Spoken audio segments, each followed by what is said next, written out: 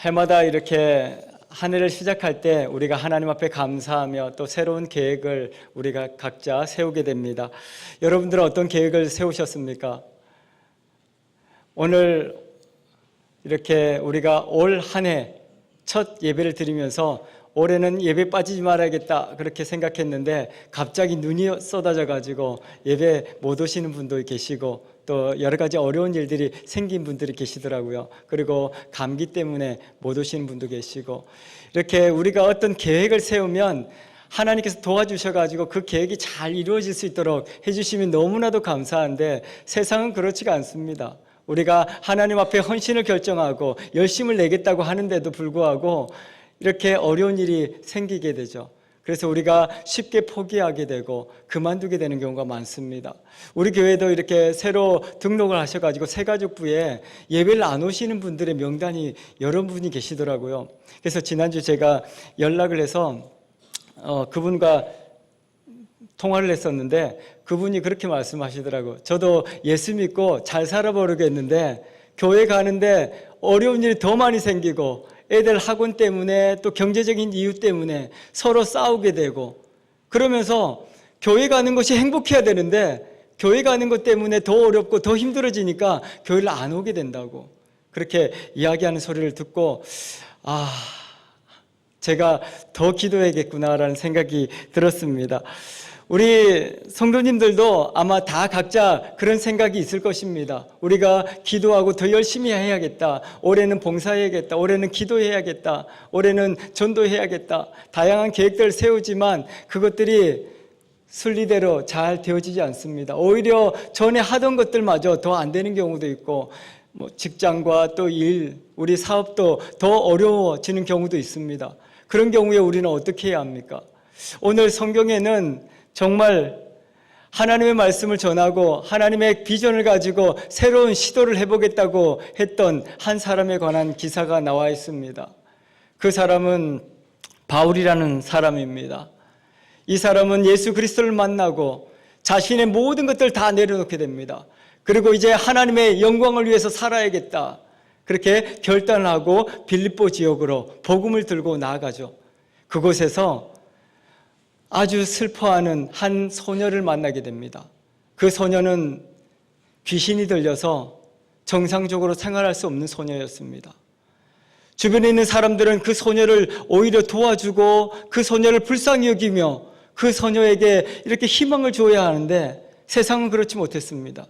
오히려 그 귀신 들린 그 소녀를 이용해서 점을 치고 돈을 버는 그런 현상이 일어나고 있었습니다. 사도 바울이 이 모습을 보면서 이 소녀를 보니 너무 불쌍하고 너무 안타까웠습니다. 어떻게 사회가 이렇게 정신질환으로 인해서 고통 가운데 있는 이 소녀를 도와주지는 못할 망정, 어떻게 귀신 들린 이 소녀를 이용해서 돈을 벌려고 하고 그렇게 사회가 그렇게 사람을 도와주지 못하는가? 사도 바울은 너무 안타깝고 너무 슬퍼서 그 소녀를 찾아갑니다. 그리고 그 소녀를 향해서 그가 가지고 있던 예수 그리스도를 선포합니다. 사도행전 16장 18절에 보니 사도 바울이 큰 소리로 예수 그리스도 이름으로 명하노니 그 소녀에게 귀신아 나오라고 선포합니다. 그랬더니 귀신이 화들짝 놀라서 그 소녀에게 나오게 되는 기적을 보게 됩니다. 얼마나 대단한 일입니까? 얼마나 놀라운 일입니까? 얼마나 행복한 소식입니까? 이렇게 기적을 경험하고 주변 사람들이 다 행복해할 줄 알았는데 사도 바울은 그 일로 인하여서 사람들에게 붙잡히고 옷이 찢겨지고 벗겨지고 매를 맞고 감옥에 갇히는 그런 일을 겪게 된 것입니다. 그 소녀를 고용했던 그 지역의 유지들이 그 사도 바울을 그렇게 붙잡아서 매질을 한 것이죠. 자신이 돈을 벌고 있던 그 소득이 끊어진 것을 보고 너무 화가 난 것입니다. 재판도 없이 사도 바울과 실라를 그렇게 잡아서 매를 때리고 거의 죽게 만들어 놓죠. 그리고 감옥에 가두면서 간수에게 그렇게 이야기합니다. 단단히 지켜라.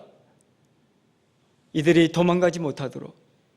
그리고 손발에는 쇠사슬로 묶어서 움직일 수 없게 만들었습니다. 복음을 전하는 것이 죄입니까? 복음으로 사람을 고치는 것이 죄입니까? 그런데 이 상황을 보십시오. 사도 바울이 그렇게 내가 만났던 예수 그리스도, 그 예수 그리스도로 인하여서 이 땅에 복음을 전하고자 했는데 결과는 너무나도 참담했습니다. 감옥에 갇혀서 매질을 당하는 그런 사도 바울의 모습을 상상해 보십시오. 만약 우리 같았으면 땅을 치면서 하나님 앞에 화를 냈을지도 모릅니다. 그런데 어떻습니까? 사도 바울은 그 상황 가운데 불평 한마디가 없습니다. 우리도 복음을 전하다 보면 사람들에게 오해를 받기도 하고 우리 교회도 그런 경우가 있지 않습니까? 복음을 전하고 하나님의 그 놀라운 생명을 전하는데도 불구하고 지역 주민들에게 때로는 고발을 당하거나 때로는 우리 이유 없이 우리 교회가 사람들에게 비난을 받기도 하죠. 그런 경우에 우리 교회는 어떻게 합니까? 오늘 저는 이 사도 바울의 모습을 보면서 우리를 가로막고 있는 어떠한 장애물이 있다 할지라도 우리는 그 장애물을 향해서 전진해야 한다는 이 메시지를 듣습니다. 사도 바울은 그 복음의 열정을 감옥이 그를 가두지 못했습니다. 쇠사슬이 그를 움직이지 못하겠지만 그 복음의 열정을 가로막지는 못했습니다. 그는 그 감옥에서 하나님을 더 높이 찬송하는 모습을 보게 되죠. 오늘 저와 여러분들이 혹시 봉사하다가 기도하다가 전도하다가 어려운 일을 만났습니까? 하나님의 놀라운 기적을 준비하고 있는 시간입니다. 그때 오히려 더 크게 하나님을 찬송하십시오. 절망하지 마시고 실망하지 마시고 주저앉지 마시고 그 위기의 순간에 우리는 더 놀라운 하나님의 역사를 기대하며 찬송하는 주인공들이 되기를 축원합니다. 사도 바울은 이런 시간에 불평하는 것이 아니라 오히려 하나님의 역사를 기대하며 하나님 앞에 더 큰 소리로 찬송합니다. 그때 놀라운 일이 일어나죠. 그날 밤에 감옥의 터가 흔들리고 옥문이 열려지고 손발을 묶고 있던 새 사슬이 풀어지는 역사가 일어납니다. 이것은 단순한 일이 아니죠. 땅이 흔들렸다고 해서 이 쇠사슬이 풀어질 수 있습니까? 그렇지 않습니다. 하나님께서 이 감옥 가운데서 하나님을 향해 외치는 그 찬송의 소리를 듣고 땅과 하늘을 진동시키는 하나님의 역사를 경험하게 되어지는 것입니다. 오늘 또 우리의 길을 가로막고 있는 그 장애물 앞에서 여러분들 하나님을 향하여 찬송하십시오. 하나님의 그 복음을 선포하십시오. 놀라운 일이 일어납니다. 이 대한민국이 흔들리게 될 것입니다. 우리 하나님께서 이 찬송을 들으시고 그 감옥의 문을 여셨습니다. 그리고 쇠사슬을 묶여있던 모든 죄수들의 결박을 풀어주셨습니다. 자유케 하셨습니다. 하나님께서는 오늘 또 복음 전하다가 기도하다가 어려움을 당하고 슬픈 현실을 맞이하는 모든 사람들에게 말씀하십니다. 내가 너와 함께 하겠다. 오늘 또 더욱 힘을 내어서 우리에게 맡겨주신 그 사명을 감당해 나가는 믿음의 발걸음을 앞으로 내어딛는 저와 여러분들이 되기를 축원합니다. 이 놀라운 현실 앞에서 사도 바울은 감동했을 것입니다. 그런데 그곳에서 이 손발이 자유롭게 되고 감옥문이 열려진 상황 가운데서 사도 바울이 보았던 것은 이 현실 가운데서 주저앉아서 자신의 삶을 마감하려는 한 사람을 보게 됩니다. 그 감옥을 지키던 간수였습니다. 이 간수는 사회적으로 신분이 보장된 그런 사람이죠. 당시에 공무원입니다. 그들에게는 가족이 있었고 그 자기의 맡은 일을 충성되이 감당했던 사람입니다. 그런데 이 사람에게도 하늘이 무너진 것 같은 갑작스러운 일이 생긴 것이죠. 왜냐하면 감옥을 지키는 사람이 그 감옥에서 죄수들이 탈옥을 하거나 도망치게 되면 당시의 법에 의해서 그 도망친 죄수들의 죄의 값을 이 간수가 져야 하고 심지어는 이 간수가 죽게 되는 사형을 당하는 그런 제도가 있었다고 합니다. 사도행전 12장에도 베드로가 감옥에 갇혔을 때 베드로가 이렇게 천사가 그 베드로를 깨우지 않습니까? 여기 있지 말고 나가라. 그러면서 감옥문이 열려집니다. 그때 베드로가 나가게 되죠. 그때 행정을 맡고 있던 헤롯이 그 감옥의 간수를 불러서 신문합니다. 어떻게 이런 일이 있을 수 있느냐? 그리고 그 간수를 사형시키죠. 이 일들은 당시에 모든 사람들에게 알려졌습니다. 이 간수 또한 이 사실을 알고 있었기 때문에 두려웠던 것이죠. 어떻게 내가 맡은 위에 사람들의 명령에 의해서 자기의 맡은 일을 잘 감당하고 있는데 갑자기 땅과 하늘이 진동하고 감옥문이 열려지고 사람들을 묶고 있던 그 쇠 사슬이 풀어지는, 이 간수는 그 상황을 보면서 절망했습니다. 아이고야, 큰일 났다. 왜냐하면 이 간수는 자기 혼자만의 삶이 아니었거든요. 그에게는 가족도 있었고 자녀들이 있었지 않습니까? 그래서 그는 어찌할 바를 알지 못합니다. 아이고, 큰일 났구나. 이제 이 죄수들이 도망치게 되면 내가 어떻게 그 죄값을 감당할 수 있을까? 우리 가족들은 다 죽었구나. 그러면서 스스로 칼을 빼어 자기의 목숨을 마감하려고 하지 않습니까? 27절에 보니까 감옥문이 열린 것을 보고 죄수들이 도망한 줄 생각하고 검을 빼어 자결하려 하거늘, 그렇게 성경은 말하고 있습니다. 그 상황을 바울과 실라가 본 것입니다.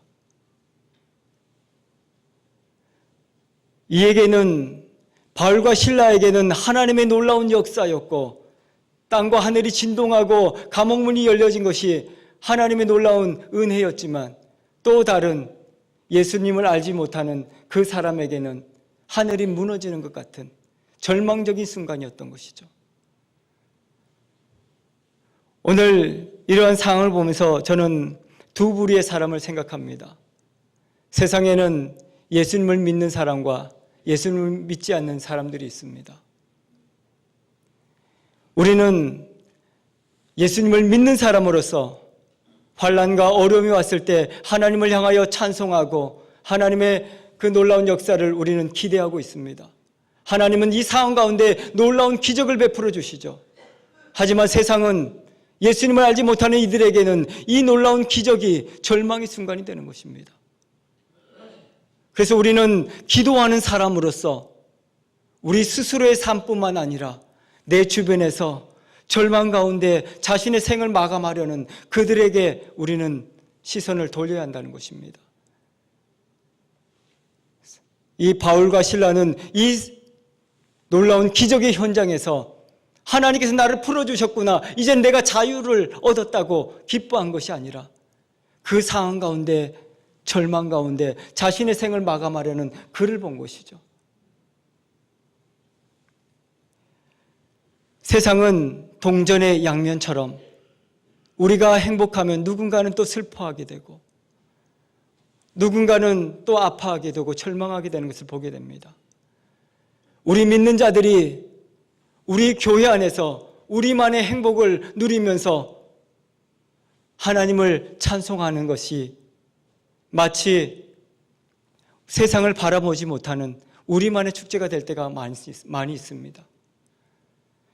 오늘 저는 이 말씀을 보면서 우리 교회가 우리만의 축제가 아니라, 우리만의 즐거움이 아니라, 우리만의 이 놀라운 예배를 통한 기적의 순간에 아직도 복음을 듣지 못한 우리의 자녀들, 우리의 가족들, 우리의 이웃들을 바라볼 수 있는 저와 여러분들이 되어야 할 것입니다. 지금 세상은 너무나도 슬퍼하고 있습니다. 너무나도 아파하고 있습니다. 하나님께서 우리에게 예수 그리스도를 통한 생명의 복음을 허락하신 이유는 우리를 통해서 이 땅에 죽어가는 영혼들이 새로운 삶을 살아가게 하기 위한, 복음을 증거하기 위한 도구로 우리를 불러주신 것입니다. 그래서 우리는 삶 가운데서, 우리의 가정 가운데서, 우리의 직장에서, 생업 가운데서 복음이신 예수 그리스도를 외쳐야 하는 이유이기도 합니다. 2025년 우리는 이제 세상을 향해서, 우리 가정을 향해서 복음 예수 그리스도를 외치게 되기를 축원합니다. 이 사람이 이 놀라운 현장에서 간수는 하늘이 무너지는 것 같았고 모든 것이 끝났다고 생각했습니다. 그를 보고 바울과 실라는 큰 소리로 외치죠. 멈추십시오. 멈추십시오. 내 몸을 상하게 하지 말라. 우리가 다 여기 있다. 안심하라고 이야기합니다. 이 세상 사람들은 어려운 일이 생기면 세상이 끝이라고 생각합니다.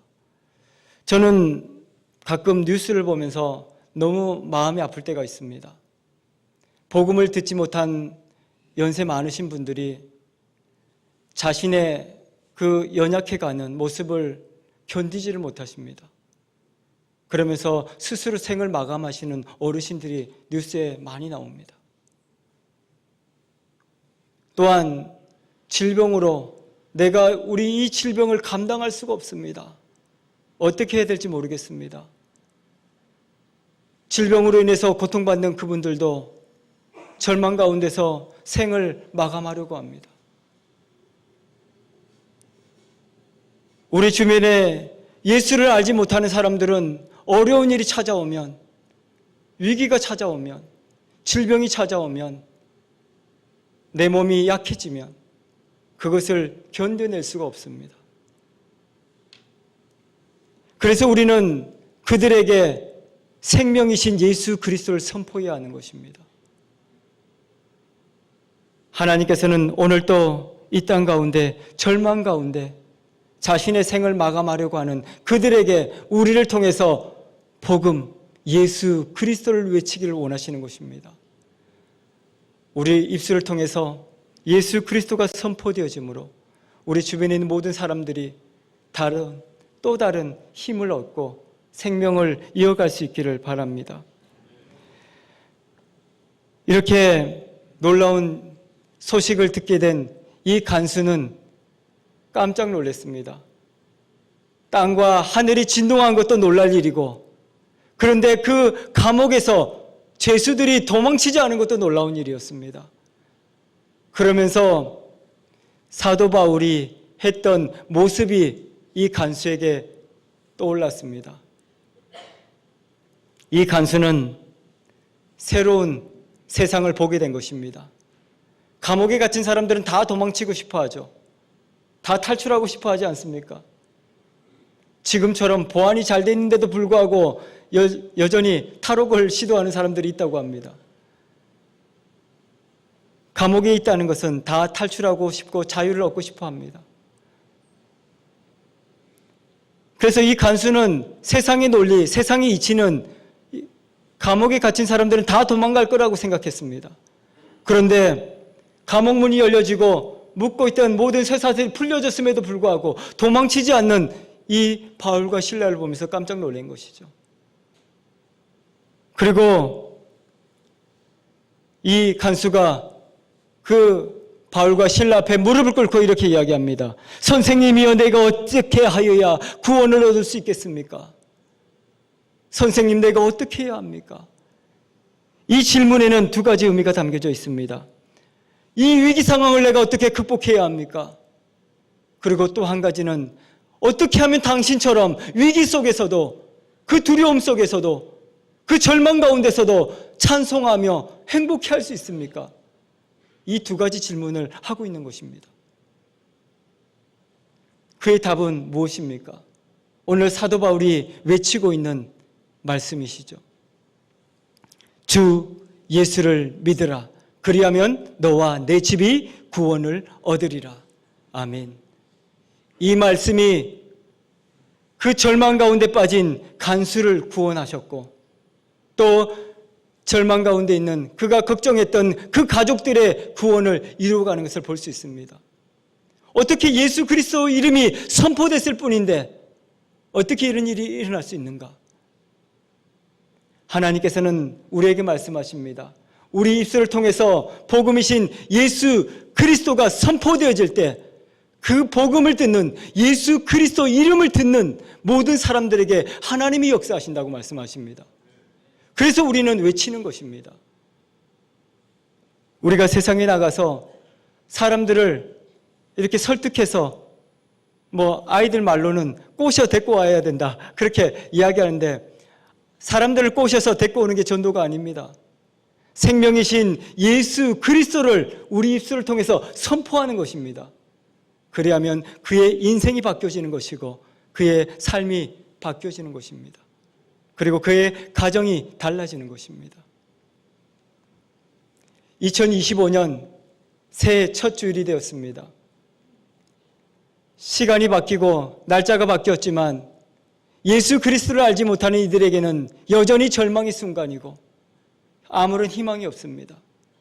대한민국도 2025년을 외치며 그들에게 새로운 떠오르는 해를 보면서 소원을 빌지만 여전히 예수 그리스도가 없는 사람들에게는 여전히 암흑 같은 세상입니다. 이제는 우리가 이 말씀을 보면서 두 가지를 기억했으면 좋겠습니다.